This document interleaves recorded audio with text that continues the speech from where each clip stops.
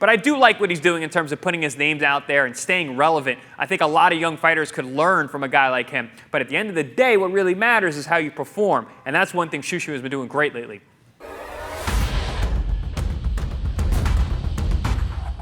Ladies and gentlemen, this is Boxing Scene's Top Stories, only on ProBox TV, your boxing channel. I am George DeMatteis, and don't forget to download the app to get the full experience of what ProBox TV has to offer where apps are available. Well, we are joined by the champions here on Top Stories. We got Chris Algieri, and we got Paulie Malignaggi joining us here on Top Stories. Well, unbeaten Bruce Shu Shu Carrington is mapping out a very active schedule into 2025 that he hopes will include fights against featherweight champions Rafael Espinoza, Angelo Leo, and maybe further down the line, the monster himself, Naoya Inoue. Carrington, 27-year-old featherweight prospect from Brooklyn, undefeated so far in his career. He has a big fight coming up September 27th against Suleiman Segawa at the theater at MSG. By the way, Carrington's last fight, Naoya Inoue was there ringside to take a look at what Shu Shu can do. All right, Chris, do we see Carrington as ultimately maybe the top fighter at 126, and what does he still need to prove? Well, I think he's got a long way to go. 126 is pretty deep. There's no real standout guys. Now, anyways, fighting, in a weight class below is looking to come up. But there's a lot more to do, right? He's not a world champion yet.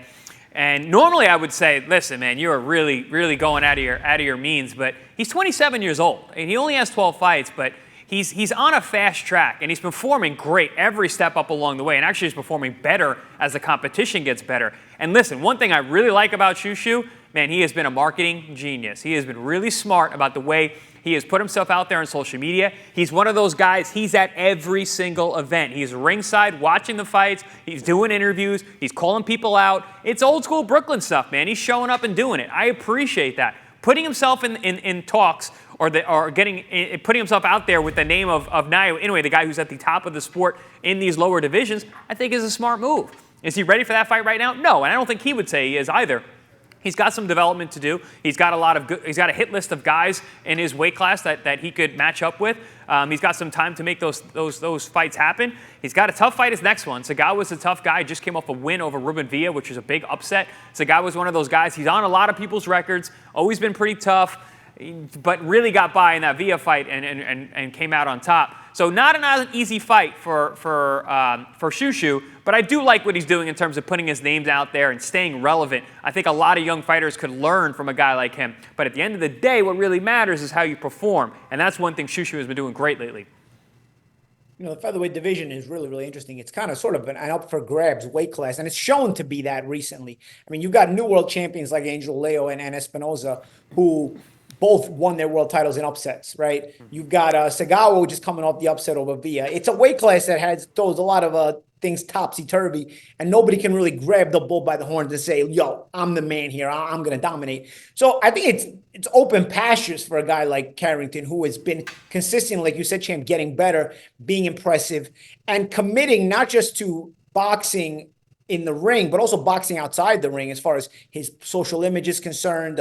He's got a clean-cut image. I know this kid says he's young. I'm sure you do too, champ, coming from New York. Yep. Great family, good people, a likable kid, but also understands the mechanism of being promotable and not trying to be the bad guy, which I really respect. A lot of times it's easier to just be the bad guy and make people talk about you that way. He's become very likable, and it's sort of, if fans get to see him, watch him, he's exciting. They enjoy seeing him. So he's got he's starting to build up put the ingredients in the pot to build up this resume for a nice recipe, right?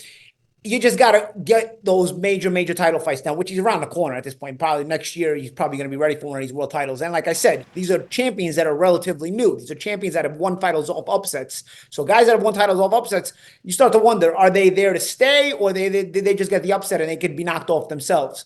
So, I think every single time he gets in the ring, it's sort of a dress rehearsal for the next big event. It's sort of dress rehearsal for the next big event. He's also not just improved his social media status or whatever, Instagram. He committed as well to his boxing career by moving to Las Vegas from Brooklyn, getting out of the distractions in general. That's why he's also able to attend all these fights. A lot of top ranked shows the ESPN shows are in Vegas, and he's able to be at all of them, like you said, champ. So he's living the whole life. People say, oh, you got to live the life.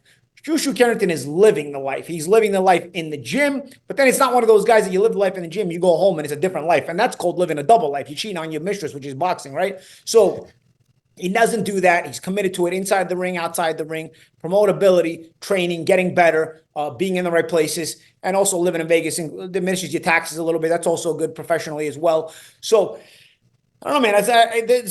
I don't want to say the sky's the limit quite yet, but he's got a high ceiling, you know, and he has not come close to reaching it because he's been pretty dominant every time he's been stepped up. So we don't know how good Shu Shu Carrington can be yet. Still, you probably don't want to match it with Inoue right away, but Inoue is going to be lurking. Inoue, like you said, he was at his last fight. Was he there just to see Shu Shu? Probably not, because that was also the week he was accepting the Boxing Writers Association, I think, Fighter of the Year or Knockout of the Year. I don't know. He won one of those awards. I think it was Fighter of the Year. That had been a couple of days earlier. So he was just in town and then went to the fight, or had been maybe a day earlier or something like that. So regardless, though, Inoue being at the fight and leaving before the main event after Shu Shu's fight lets us know that Inoue knows Shu Shu exists. And that's part of the battle, making sure the big timers know who you are. He's staying relevant. That's exactly what I was saying in terms of what, like you said, what he's doing inside the ring, outside the ring. I love that cheating on my mistress line. I'm cheating on my mistress with my wife.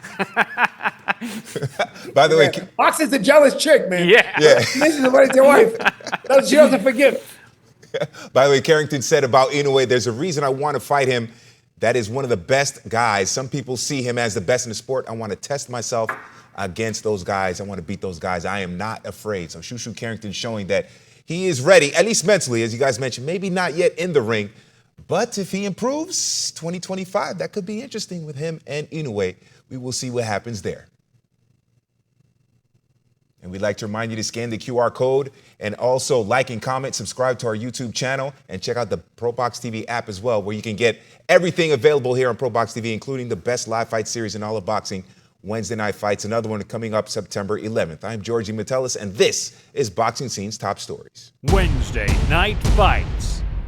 Dynamite action on Wednesday Night Fights every other Wednesday on your boxing channel. Coming up on your next Wednesday Night Fights, September 11th. Rising Guatemalan star Lester Martinez puts his O on the line against fellow undefeated warrior Joe Showtime James. Live from the ProBox Event Center in Plant City. Get your tickets at proboxtv.com or take your chances at the door. Wednesday Night Fights. For more ProBox TV, scan the QR code on the screen or go to the App Store and Google Play. ProBox TV, your boxing channel.